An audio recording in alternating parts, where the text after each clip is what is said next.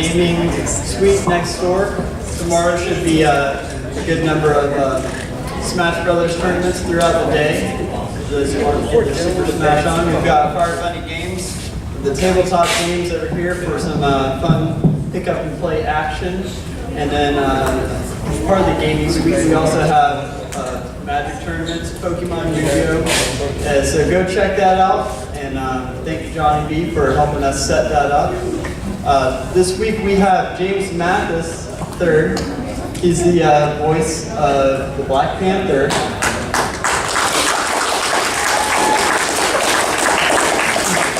That is currently on the Avengers Assemble and Black Panther Quest. Yes, Black Panther's Quest. And so we're very excited to have him. We are going to have an open discussion up here, talk about James's career, break into voice acting, life in LA, and go into a Q&A session where you guys get to ask questions to him. So, again, how are you doing today, James? Great, thank you for asking.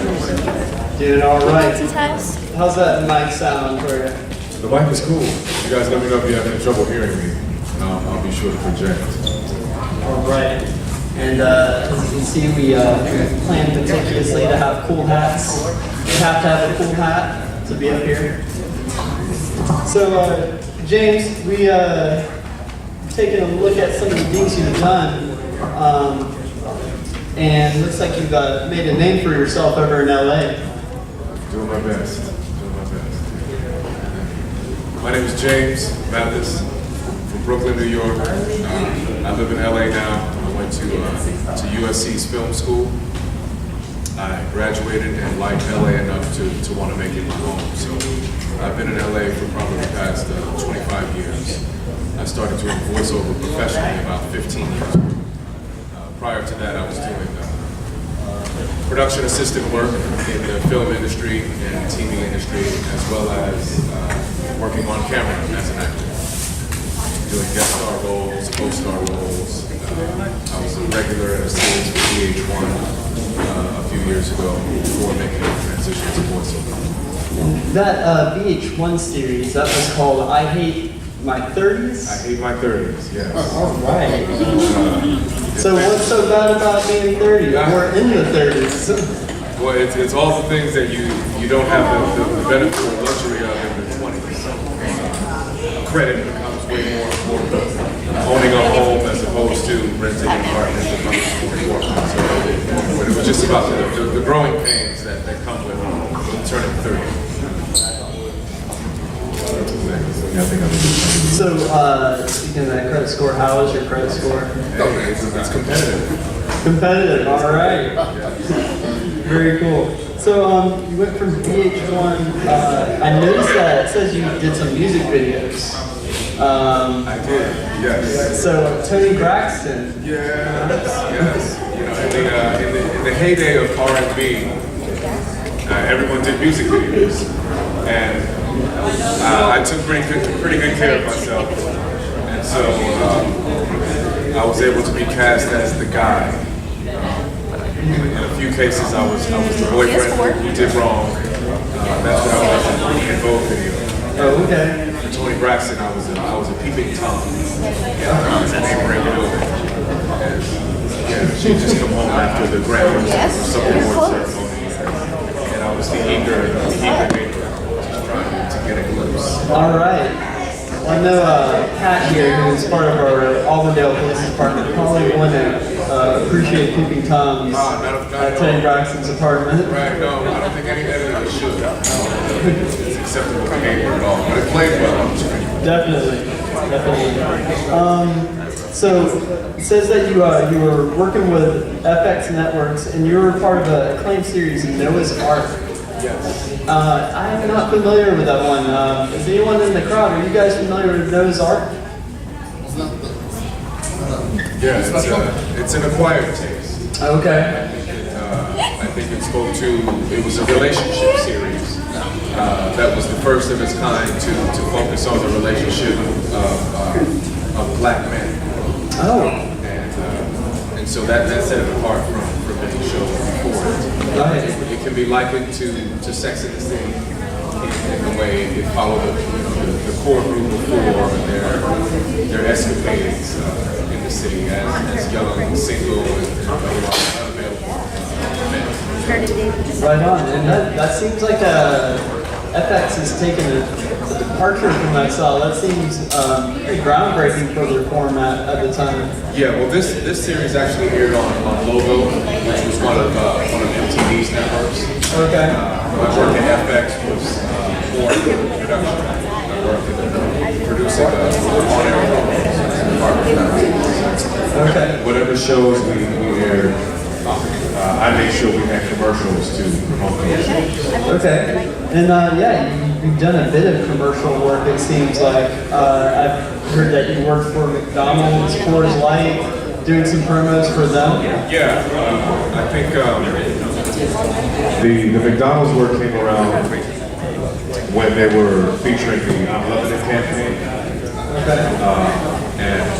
And I took to rapping a little bit in my youth. You know, I was pretty good with the beat and with the rhythm. So I latched on to that campaign, doing a lot of rap jingles. I'm loving it. And what era of McDonald's was this inside the I'm Loving It campaign? They've been running that for a while, haven't they? Yeah, I think they may have changed their branding strategy though. Yeah. But I'd say about 10 years ago though, they were pumping that really hard and heavy. Right. I know McDonald's in the 90s, I don't know if anybody else has seen it, but they have a great instructional video for their employees. Yes, and it is all rap jingles about making fries, flipping burgers. It's a sight to be seen. Have you ever been called upon to do anything like that, like an instructional employee video? I have done some what they call industrial videos. That's what they call it when you do a video that just airs internally for company. But I myself have not flipped burgers or tossed fries. Okay. I mean, it is a pretty hot rap that the guy had. He's spitting some fire. It's catchy. Yeah, It's catchy. I'm telling you. Well, out of those companies, James, can you speak to who you like working for the most out of Benjamin Moore or Coors Light or any of those companies? Well, I have to say Coors Light was a great experience. It was my first beer campaign, and likewise Benjamin Moore was the first paint company I ever worked with. And they had a really well-crafted campaign called Main Streets Matter. And the angle that they had was that they were going to paint the main street in various towns across the country based on the feedback that they received.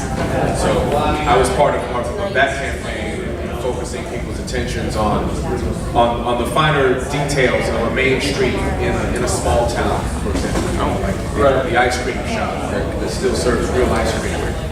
So it was focused on those things. That was a great experience because the entire company was very much behind that campaign. They were eager to see it succeed. So it was great to be a part of that. Awesome. That sounds really cool. So, leading from commercial campaigns, it seems you've done quite a bit of work in video games. Yes. And I'm sure there's a lot of people here that probably like their video games. Anybody play video games? Cosplaying for it today. Right on. Yeah. What do we got over here for Evie cosplay? Fry, Fight Club from Assassin's Creed Syndicate. There you go. Assassin's Creed. Ralph from Detroit Human. Well done. Oh, that's a fairly new one. Video games, that would have to be my foray into voiceover, was by way of video games. Okay. And so when did that really start for you, getting into the video game voice acting industry? My first video game was called Shadow of Rome, and it was available on PlayStation 2. PlayStation 2. And I had the pleasure of voicing twin zombies, Guido and Zito. Okay. And it was my first time, you know, and it was a vocally stressful role, you know, somewhere down in that guttural region. Well, doing that, how long would you say those voiceover sections or moments were where you were in the studio recording your voice for these directionals. This particular session was probably about 3 hours. In general, you'll get a session anywhere from an hour and a half to up to 4 hours, depending on how stressful it is. So if you're doing a Call of Duty type of game, for example, where you have lots of, you're yelling grenades, or you're yelling fire in the hole, or man down, or sniper, lots of screams. Those are generally shorter sessions. Okay. Those would probably be maybe, my top 2 hours.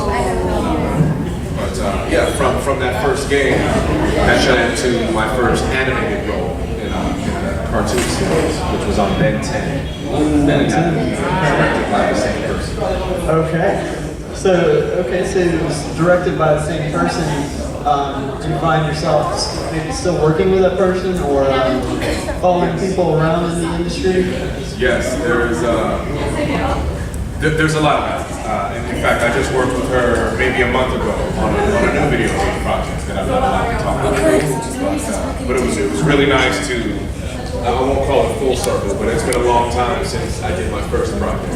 Thankfully, I've accumulated a few credits since then. So to see the director and to work with her again at this stage of my career was very rewarding. It was very nice. I'm always very, very appreciative, very grateful to her for giving me my start as well. Right on. And I've been meaning to ask, with all the video game roles, do you play any of the video games that you voice act in? Are you a gamer? I'm a gamer with an asterisk. I'm a former athlete. I ran track in high school and in college. I played flag football and stuff when school was done. And that's where I got all my injuries. So I decided that the best way for me to actualize my sports hero vision is to play the games as opposed to being a weekend warrior. So I like football. I still play Madden sometimes. I play basketball. I play 2K. I play a little baseball here and there. But I'd have to say most of the games that I do my work on, I don't play. And I'm not skilled enough in those games to make it to the level where my characters are featured. So I rely on YouTube videos, playthroughs or walkthroughs as they might be called, where some really talented gamer will go out and play the game and then post the video on YouTube, so I'm able to see my scene. Okay. Yeah, that's a good idea. I was gonna ask, some people are more into the sports games, some people like the story-driven or MMO games. I was a story-driven guy in my early days. I think that's what kind of hooked you into games, is being able to go on this journey, this epic journey, and creating your own story. And then ultimately, I just settled on sports games because they had more of a specific time frame. It's either 4 quarters or 3 periods or 2 halves. Okay. How about any future with a Madden game doing some zombie grunts for a guy falling on the safety line? I would love to work on a Madden game. I would love to work on a sports game. And one of my coworkers, my co-stars from the Black Panther series that's premiering in September, he's a featured character in the Madden game. So it's kind of fun to live vicariously through him and hear about the experiences. Definitely. So with that, I think one of the earliest, with Marvel, and you have some features of doing Marvel property stuff before you became Black Panther, the voice of Black Panther. One of the first ones I saw was Luke Cage in Marvel Pinball. That was a fun time. Actually, I had the occasion to voice Luke again recently in a project that I can't talk about yet. Okay. But that was a lot of fun. That was a lot of fun. That was probably, as you said, that was my earliest experience with Marvel. Okay. Luke Cage, and he was an easier character to define as far as what his sound was, what his background was. He was much more transparent. Yeah. There was no royalty involved with him necessarily. I'm from Brooklyn, New York. So I could relate to Lou in a lot of ways. Right on. And that made him, pretty good time. Gives you a sweet Christmas, I mean, it's not bad. So how did yeah, find that game for Christmas stocking stuffer. So how did those roles with like the Marvel properties sort of set you up for Black Panther? I mean, Black Panther kind of came at us like a storm, and just became this big part of Marvel's image to what that character means today for the industry. And so, how do you feel like those early roles sort of set you up to be the voice of that very pivotal character? I'd have to say that a lot of the early work with Marvel was independent of the current Black Panther. In that I voiced Black Panther in a series called Earth's Mightiest Heroes, which was one of the first Avengers animated series. But it did not guarantee me the role in the current iteration of the series. So I had to audition as if I was just another actor in the pool of actors. But thankfully I had experience as T'Challa. And so I was able to draw from a wealth of experience that not many other people have. But there are no guarantees. And you can be more than one person in the Marvel universe. Thank you. As evidenced by me being Luke Cage as well. But I think the success of the film really elevated the profile of the character. And so there's much more attention paid to him now than there was, say, 3 years ago or 5 years ago when he was introduced in the animation world. So that brings me to a lot of people have sort of a prior experience with Black Panther. More than I had known. Did you follow the comic book at all when it was around in the 70s or 80s? No, I was not a comic book reader. I was more of the go outside and get dirty and playing some kind of sports. And so my first experience with Black Panther came by way of the audition. I didn't know who he was when the material came for the audition. I just took the specs for what they were. He's a king, he's a family man, and he's a warrior. And I let those characteristics have their way with me in how I prepared and created the character.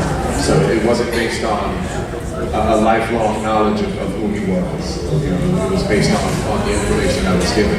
And then as I've come to live and breathe the character, I've been able to go back and, you know, much like a historian, just see where he came from.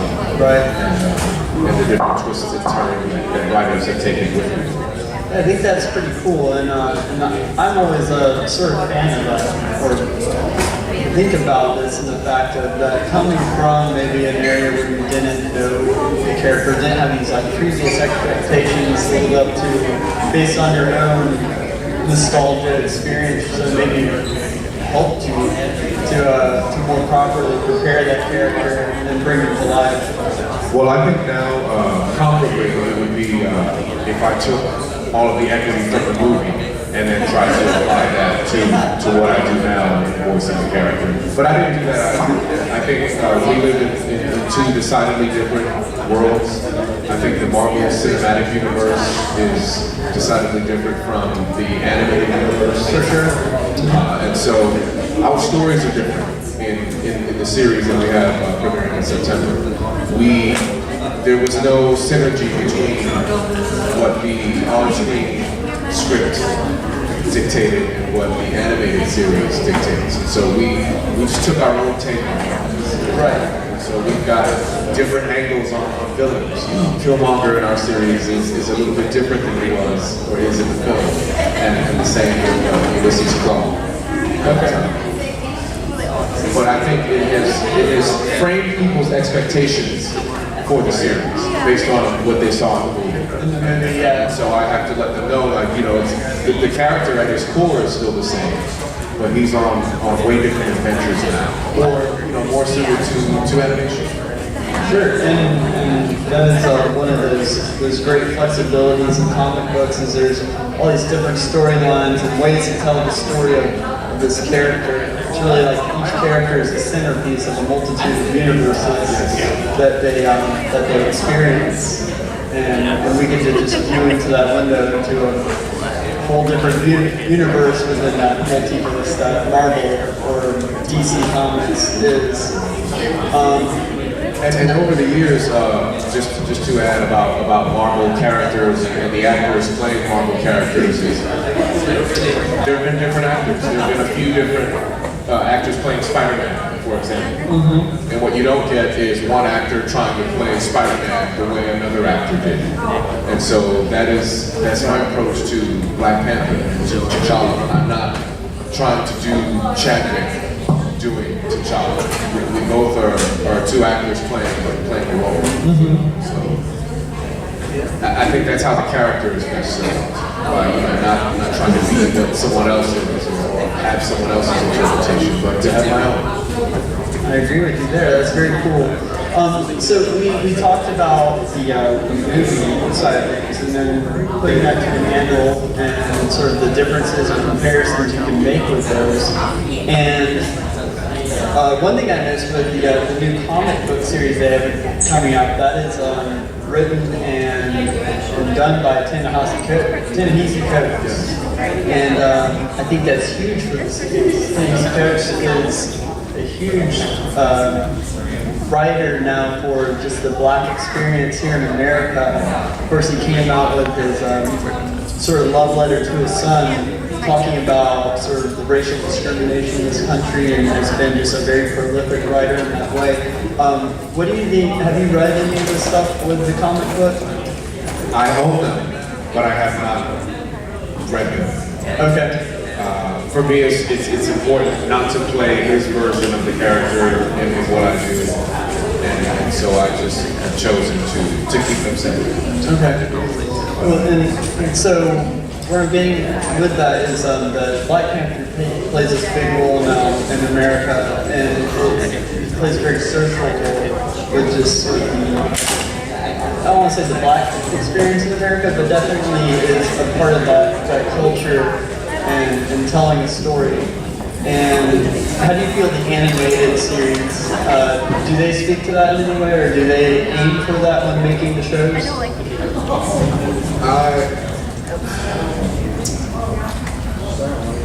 Yes, I think Black Panther is an opportunity to convey aspects of non-white life. The thing about T'Challa is that he's not American either, so it's not the African-American experience either. It's an African having an experience in America. And so his cultural history is the same. He wasn't a slave in Wakanda. He's always been royalty. And so there's a bit of disconnect in that way from the African-American experiences. But I think because he is almost the singular Black character with powers. He's not the only one, but he's one of few.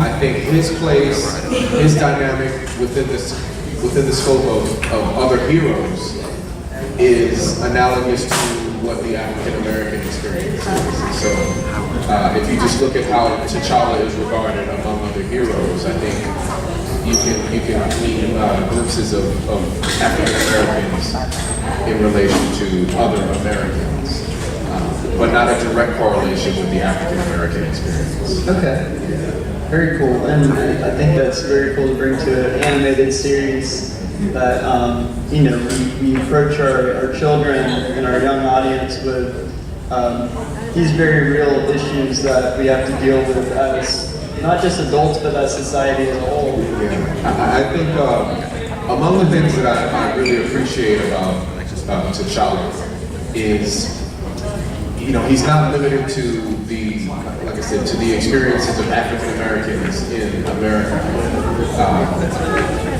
He comes with a whole bag of morality and other qualities that youth can aspire to embody. And I think that's very important to have in him. He's got nobility, he's a critical thinker, and he often makes his decisions responsibly. And I think those are things that don't necessarily speak to a racial experience, but a moral one, which I think is a tone that Marvel continues to perpetuate as well. Very cool. Is a solid moral tone. Yeah, that's awesome. I think we can all really find something to strive for in that. So we've only got a few more minutes, and then we'll open up questions to our audience here. But you come from Brooklyn, and in Black Panther, there's of course a huge role in Wakanda in having that sort of hometown pride that T'Challa feels for Wakanda, and he takes that wherever he goes. Do you feel that you carry Brooklyn in a similar way? Absolutely. Yes, I very much carry Brooklyn with me everywhere I go. You know, a lot of my friends growing up, they didn't have very much. I didn't have a whole lot growing up. I mean, in some ways, I'm a typical, you know, urban kid, you know, urban story. But thankfully, I had upwardly mobile relatives, you know, my mom and my grandmother and other relatives who were all about improving our position in life. And so a lot of my drive, a lot of my work ethic, a lot of my moral compass comes from home. And you know, Frank Sinatra sang about New York. If you can make it there, you can make it anywhere. And I took that pride with me and that confidence when I moved from New York to Los Angeles when I was 17. I was still a kid, but I was going off into another land to plant my flag and start again. And part of what gave me that strength was knowing or feeling like I had all of Brooklyn in mind. So it was my extended family, much of the way you mentioned that T'Challa has the Wakandan confidence. You know, I brought all of Brooklyn with me and everything that meant to me, all of my own personal struggles, all of my personal achievements and accomplishments. I definitely have a strong sense of Brooklyn pride. That's great. It's great to have your real hometown. And here in Auburndale, we do really like our hometown experience, and we really hope that our city brings something to people to carry them no matter where they go. And I grew up in the Spike Lee era, where Spike Lee was making lots of movies about the life that I lived. He made movies that featured brownstones, which were a different type of residence than Mayberry, for example. And so I related very strongly to that. Okay. And I was proud to see images of my life reflected on screen. So, say his films were sort of like I guess you say barometer, or like a read as to what was happening in your experience? Absolutely. I mean, that was my life. He's a few years older than I am, so it was you know, through the eyes of a slightly older individual, but I could always relate to those things. Yeah. Did you study a lot of his films for your time in film school that you did? Not in school, no. But just as a young budding actor and budding creator, I certainly studied a lot of Spike's. Awesome. Well, let's go ahead and open up the Q&A for our guests here. Do we have any questions from our audience for James Mathis up here? Anybody have any questions? Over here? Yeah, I have a couple. Out of all the jobs you ever had, what would you consider the worst job that you ever had? And for anyone who wants to pursue a career like yours, a life like yours, acting or voice acting, what advice do you have? For clarification, did you say the worst job? The worst. Okay. Or the one you disliked the most, I guess you could say. As a non-actor, I would say that the worst job I had was, my first job was in a bank. I worked in a bank late at night from 6 to 2, so that's PM to AM. And I worked in the item processing department. And at the time, I was responsible for processing checks. So I needed to add up how many checks came in a day, and fill that out on another form, and move those checks, and send it was not creative at all. So it was great to be earning money, but it wasn't a really creative job. Within acting, I would have to say the worst jobs are games that require a lot of vocal stress. So the Call of Duty types of games. Those are great in the cutscenes when you're, talking about we gotta get over there, we gotta get this man, we gotta do that. Those are fun. Those are engaging. But when it's just you on your own yelling, hey, look out!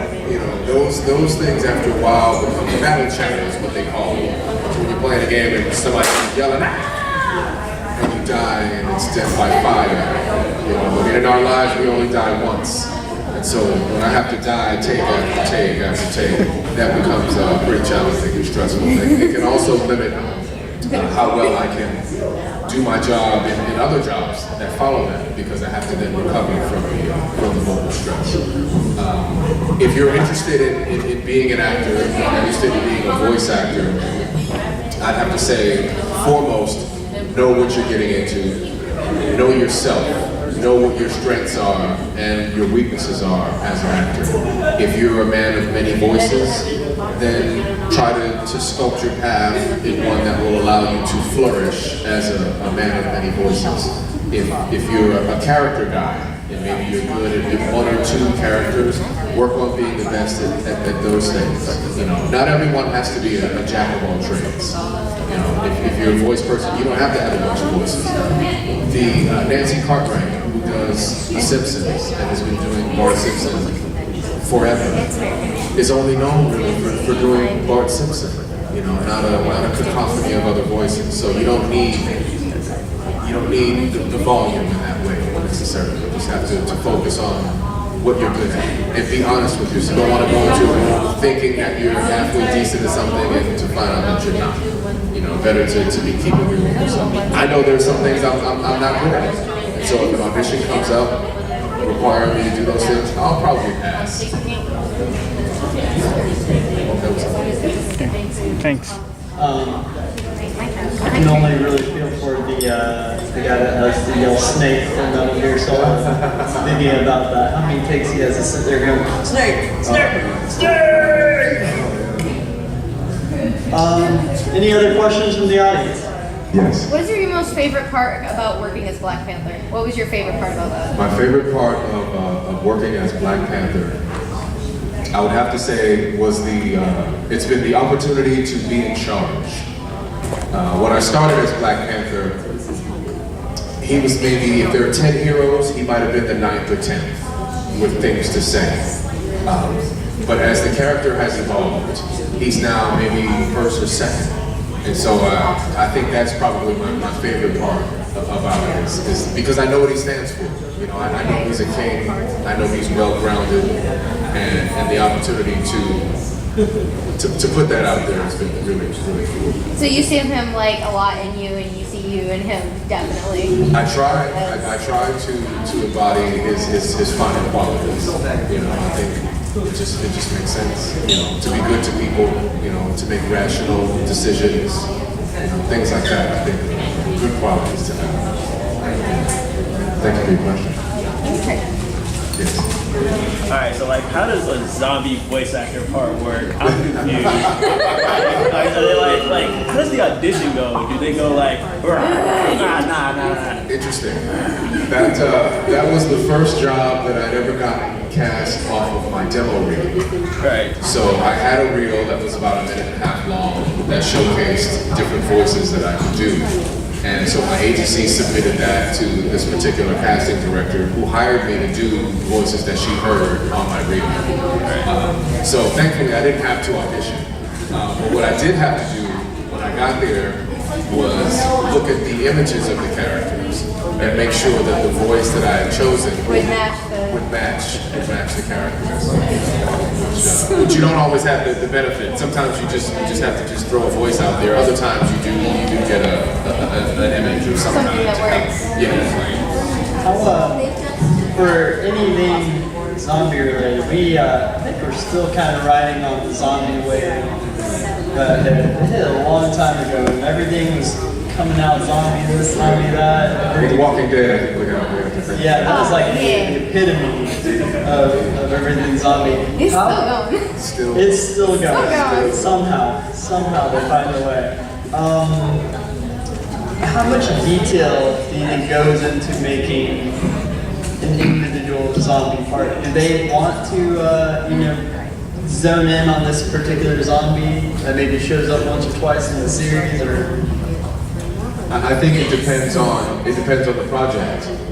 You could very well have an episode of something wherein the zombie is the central villain, and so I think the voice and tonalities would be subject to heavier scrutiny than if it was just random zombie yelling in the back of somebody else's scene. Yeah. So I think what they try to do, if I can use the word humanize, it is they try to humanize them now. They try to keep them from being just, like I say, just randoms, and try to add texture to the role, add something that an actor can hold on to, and that the viewer can empathize with in some way. Yeah, I can only imagine what a content creator might go through, being like, oh, this is Tom. He worked for a bank at age 34. He caught his wife, really getting into the Desperate Housewives, and he didn't really talk to her much anymore. So now he's really depressed and his death. Yeah, all that stuff comes in. Yeah, I can only imagine. Any other questions here? Hey, Mara? I got one more. Is there any character, real or make-believe, that you would like to voice that you haven't done? That's a good one. Real or make Can we get a real and make believe? Yeah, I think. I guess it's in a similar lane, but at times I thought about how cool a Malcolm X cartoon might be. Make believe. And I also thought about Superman. I know Superman is in the news recently because the actor who plays him on screen is being replaced. But I always thought Superman would be a great role for me and for anyone brown. It goes a long way to show no color lines with these characters. I mean, if they're imaginative, if they're make-believe, as you say, then they can be any of the colors of the rainbow and still be the character. Thanks. Malcolm X cartoon. Interesting. I think approach Kamasi Washington and get him to do the soundtrack. Why not? Might be onto something, even if it only runs in February. Right on. Well, we got time for one more question if there is one. Any other questions? Over here at the table. Would you want to make another movie? Another Black Panther movie? Yes, I think it's necessary. I think it's necessary. I think the one we got was a great setup. I think it did very well to get people's attention. And now that you've got people's attention, I think you can really type in what your message is, if there is a message. And there always is a message. So I think that getting the attention is the first part.